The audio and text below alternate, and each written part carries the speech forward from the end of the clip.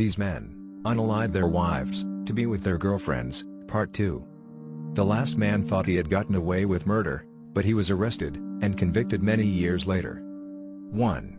Chris Coleman. Chris Coleman, who was a former Marine, strangled his wife Sherry and their 2 sons in 2009. He unalived them to cover up an affair with his wife's best friend and to protect his job in his church.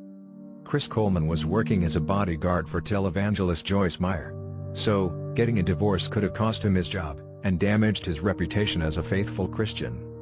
Coleman had a history of beating his wife, and Sherry had told people she was afraid of him before the murders. He tried to make the crime look like a break-in, and then, he sent fake threats to himself, to make it look like his family was being targeted.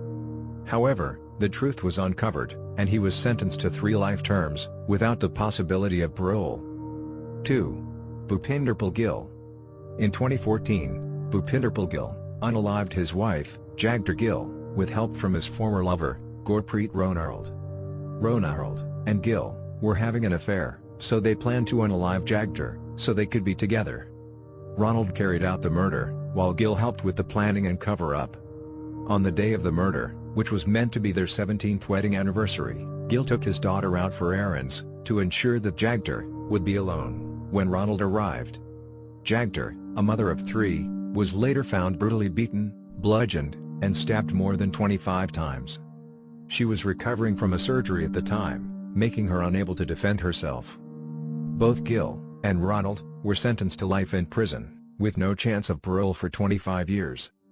3. Mark Jensen. On December 3, 1998, Mark Jensen unalived his wife, Julie Jensen, in Wisconsin. He first poisoned her with antifreeze, then suffocated her, while she was still barely alive. Jensen reportedly unalived her to be with his mistress, and to collect life insurance money. Although the murder happened in 1998, he was only recently convicted. Before her death, Julie wrote a letter, clearly stating that she would never take her own life, and that she believed Mark was planning to harm her. She gave this letter to a neighbor, and told them to give it to the police if anything happened to her. The letter was used as evidence during Mark Jensen's first trial in 2008, which led to his conviction and a life sentence without parole. However, he was released in 2015, because the letter was rejected as evidence. In 2023, a new trial was held without the letter. The jury still found him guilty, and he was sentenced to life in prison without the possibility of parole.